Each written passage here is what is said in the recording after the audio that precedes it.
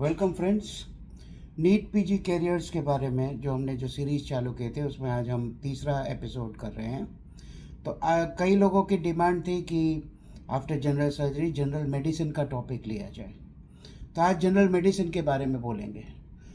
दोस्तों, general medicine का जो कोर्स होता है उसमें डीएनबी और एमडी दोनों हो सकता है। दोनों 3 ही साल के रहेंगे और 3 साल के बाद आपको जो डिग्री मिलेगी एमडी या DNB in general medicine. General medicine is a very vast topic. और पहले के ज़माने में तो ये होता था कि मेडिकली ट्रीटेबल कोई भी ह्यूमन बॉडी का कॉज हो, कोई भी ऑर्गन हो, ये सिर्फ जनरल मेडिसिन या फिजिशियंस ही करते थे। बट विथ एडवांस आजकल हर एक ऑर्गन स्पेसिफिक सुपर स्पेशलिटी हो गई है। लेकिन let us first focus that if you take MD medicine then how do you practice and how do you go about. तो स्ट्रक्चर्ड रेसिडेंसी प्रोग्राम होता है। जिन जिन हॉस्पिटलों में, जिन जिन इंस्टीट्यूट्स में सुपर स्पेशलिटी होता है वो लोग आपको रोटेशन सुपर स्पेशलिटी में भी देते हैं। जैसे हो गया, आपको कुछ रोटेशन कार्डियोलॉजी में दे दिया, आईसीयू में दे दिया, न्यूरोलॉजी में दे दिया, इन्फेक्शियस डिजीज़ में दे दिया, नेफ्रोलॉजी में दे दिया। तो उसमें आपको हर एक ऑर्गन स्पेसिफिक का एक्स्ट्रा नॉलेज यानी ज़्यादा एक्सपर्टाइज नॉलेज मिल सकता है। लेकिन मोस्ट ऑफ द हॉस्पिटल्स और मेडिकल कॉलेजेस है जो बी टाउन या सी टाउन जो होते हैं, जो डिस्ट्रिक्ट लेवल के, वहाँ पर एक ही डिपार्टमेंट होता है general medicine. So you have to deal with everything. So it's like you should have knowledge of everything. सबसे ज़्यादा इम्पॉर्टेंट क्या है जनरल मेडिसिन की? भाई कोई भी बंदा जब बीमार पड़ता है, मान लो उसको फीवर आ गया, उसको वॉमिटिंग हो गई, उसको एब्डोमिनल पेन हो गया, उसको चेस्ट पेन हो गया, उसको स्ट्रोक आ गया, तो पहले पहले अपने जनरल फिजिशियन, जनरल मेडिसिन यानी अपने फिजिशियन को ही कांटेक्ट करते हैं। So the MD medicine person और the general physician is the first line contact where the patient presents.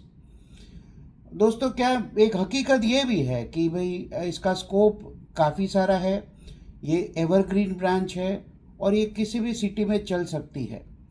एक फैक्ट मैं आपको बता दूं कि अहमदाबाद जैसा भी सिटी जो है, यहाँ पर भी अच्छे जनरल मेडिसिन और जनरल फिजिशियंस नहीं है। So if you are able to become a very good knowledgeable skillful general medicine physician, then it's a very good thing to do. होता क्या है कि आपके पास हर एक ऑर्गन स्पेसिफिक जब लोग आएंगे और अगर आपको एडिक्वेट नॉलेज नहीं है तो मुश्किल हो सकती है। तो आप क्या करोगे? एमडी मेडिसिन के बाद आप रोटेशन, आप फेलोशिप्स कर सकते हो। जो कॉमन एलिमेंट्स है, जैसे कार्डियोलॉजी बहुत ही कॉमन, बहुत ही इंपॉर्टेंट और इमरजेंसी वाली चीज़ है। So if a patient presents with you with chest pain और an arrhythmia, tachycardia, bradycardia, syncope, कुछ भी आ जाए तो आपको उसे डायग्नोस करते और उसकी प्राइमरी ट्रीटमेंट देते आना चाहिए। ये नहीं आएगा तो कोई बात नहीं बनेगी। अगर आपको एक्सपोजर कम मिला है तो आप फेलोशिप कर दीजिए। यूएन मेहता जैसी जो big tertiary level cardiac hospitals है, वहाँ फिजिशियंस को फेलोशिप मिलती है। तो आप वहाँ फेलोशिप करोगे तो आपको फ़ायदा क्या होगा? आप हर एक टाइप के एरिथमियाज, हर एक टाइप के एमआई, हर एक टाइप के ईसीजी डायग्नोस करोगे। आपको इकोकार्डियोग्राफी भी करना, आपको है इको करना भी सीख जाओगे।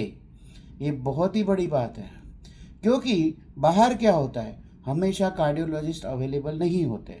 और ऑफ कोर्स जो जैसे डिस्ट्रिक्ट लेवल के या डिस्ट्रिक्ट या तहसील लेवल के जो है शहर, वहाँ तो डेफिनेटली कार्डियोलॉजिस्ट नहीं होते। तो वहाँ फिजिशियन ही सब कुछ करता है और फिर बहुत कॉम्प्लिकेटेड या ज़्यादा लगता है तो पेशेंट रेफ़र किया जाता है। But as you know, in neurology, cardiology, it is the golden hour that is very important. Patient जब प्रेजेंट होता है तो पहला घंटा जो ट्रीटमेंट आप देते हो उसी के ऊपर से उसका प्रोग्नोसिस, उसका लाइफ का आगे डिसाइड होता है prognosis. So what general physicians do is, आजकल जो प्रैक्टिस में चल रहा है, एक तो आप बोलोगे अपना प्राइवेट क्लिनिक खोल सकते हो जहाँ सिर्फ ओपीडी चलाओगे और पेशेंट कहीं और एडमिट करोगे। एक है आपका क्लिनिक भी होगा और छोटा नर्सिंग होम भी होगा, मान लो 5-10 बेड का होगा, वहाँ पर आप एडमिट करोगे पेशेंट्स, ट्रीट करोगे। अगर आपको लगता है बहुत ही डिफ़िकल्ट पड़ रहा है ट्रीटमेंट या कैपेबिलिटी नहीं, तो आप शिफ्ट करोगे। वहाँ पर आप अपने आप को कंबाइन कर सकते हो, like you can align with a laboratory, you can have your ECG machine, you can have your X ray machine, और you can have an echocardiography machine also. कई सारे फिजिशियंस जो है वो हेल्थ चेकअप का भी एक सब्सिडरी, एक साइड में ट्रीटमेंट करते रहते हैं। मान लो बोलेंगे कि मैं आपका पूरा होल बॉडी चेकअप करूंगा, तो होल बॉडी ब्लड टेस्ट हो गए, इको हो गया, ईसीजी हो गया, सोनोग्राफी करवा लिया, एक्सरे हो गया, सब कोई टेस्ट देख लिए, तो हाँ general physician he can interpret all this. और इफ़ रिक्वायर्ड कहीं ऑर्गन स्पेसिफिक कोई और एबनॉर्मलिटी है जो खुद ट्रीटमेंट ना कर सके, वो दूसरों को भेज सकता है। Cardiology is very important, equally neurology is also very very important.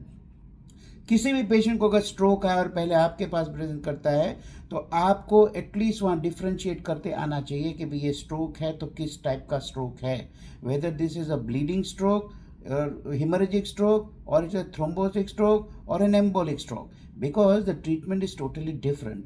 और वो गोल्डन आवर में जो पहली ट्रीटमेंट आप दोगे, that holds very very important in his prognosis going ahead about his paralysis and future course of his life.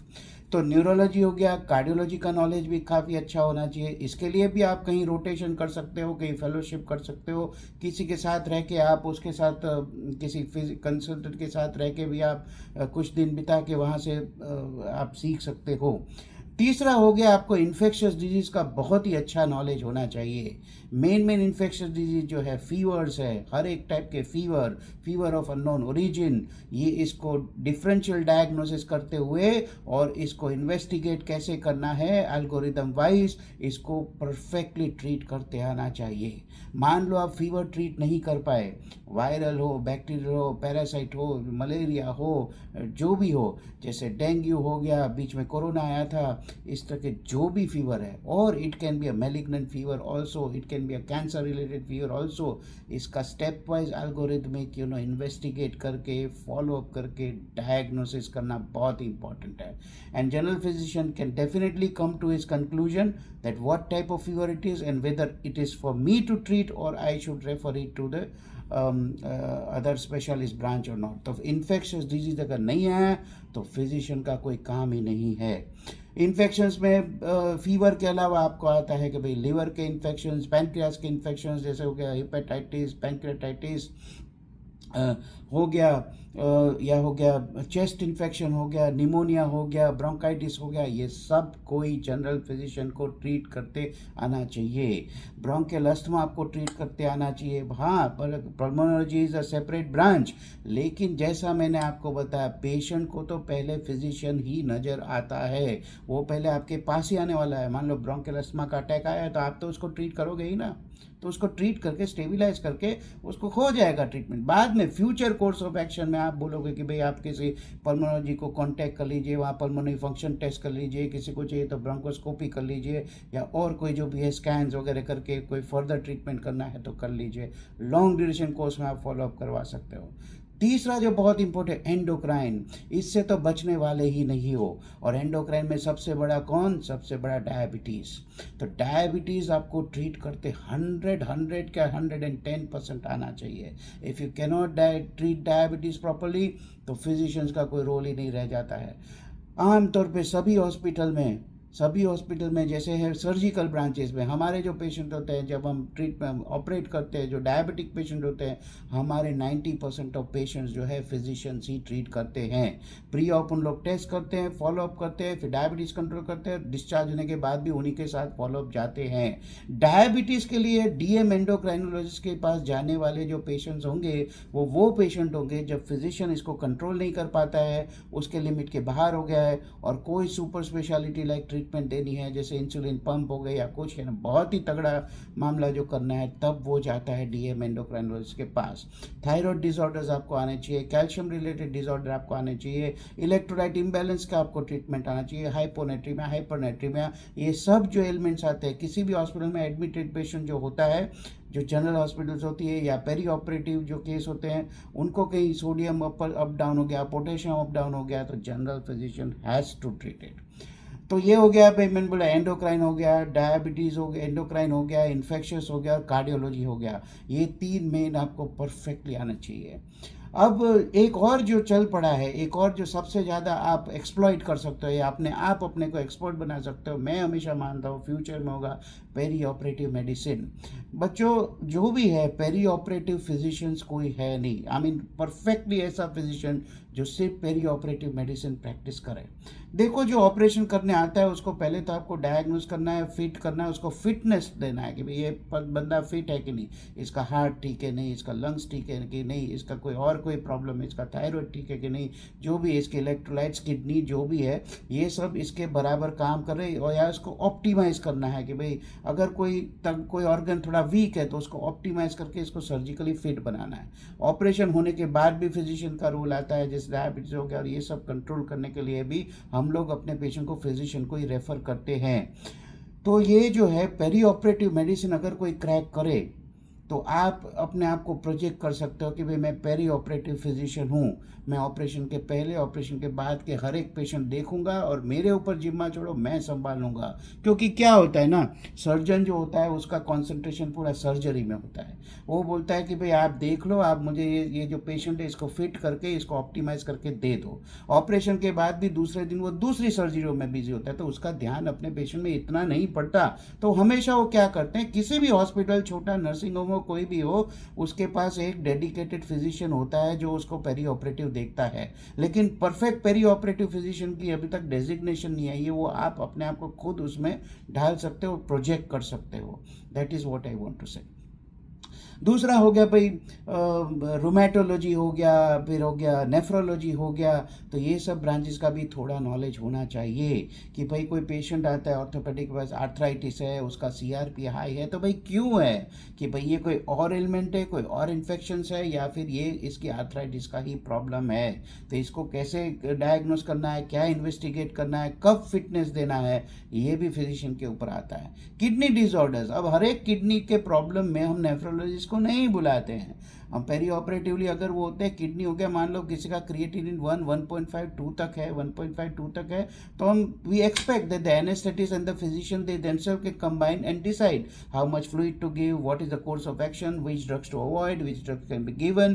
तो they form a protocol format and they give ahead to go for the surgery. हाँ भाई किसी का kidney इतना ही खराब है, मान लो 3.5 हो गया, जो क्रिएट हो गया, और हो सकता है उसको डायलिसिस की जरूरत पड़े, तब ना हम नेफ्रोलॉजी को हम लोग रेफर करते हैं।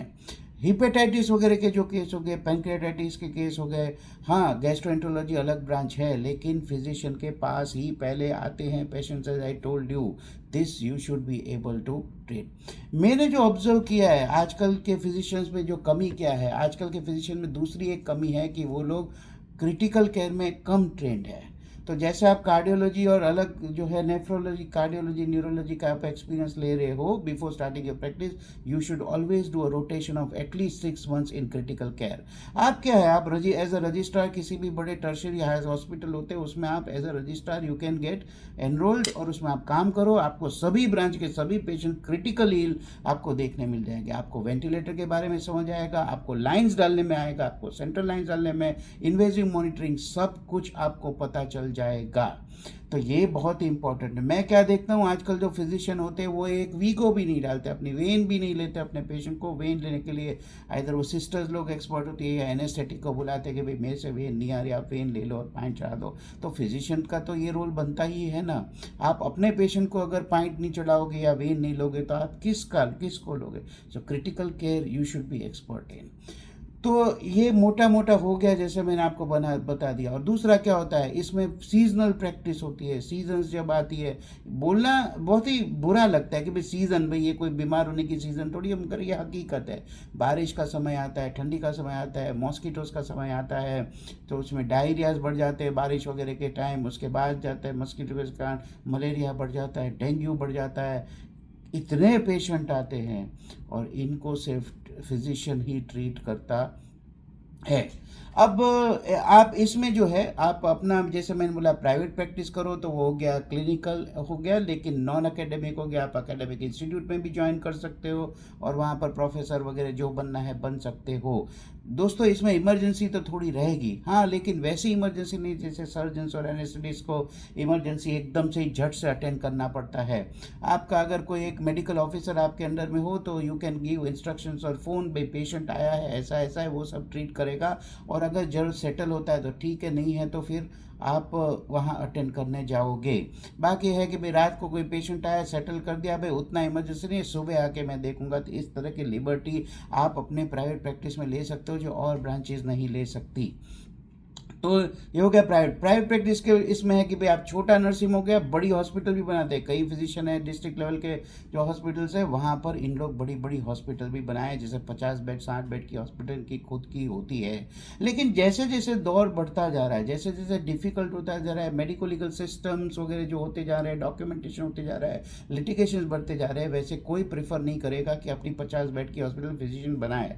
बेहतर ये होगा कि आप अपना नर्सिंग होम बनाए, यानी 4-5 बेड हो, ओपीडी हो, कुछ इन्वेस्टिगेशन के जो जो सेटअप हो, और सब ये जनरल काम करे। और अगर आपको डिफिकल्ट पेशेंट लगता है उसे कहीं एडमिट करे और वहाँ उसको फॉलोअप करे। अगर आपसे बनता है तो ठीक है, नहीं तो उसमें सुपर स्पेशलिटी को आप इन्वॉल्व करें।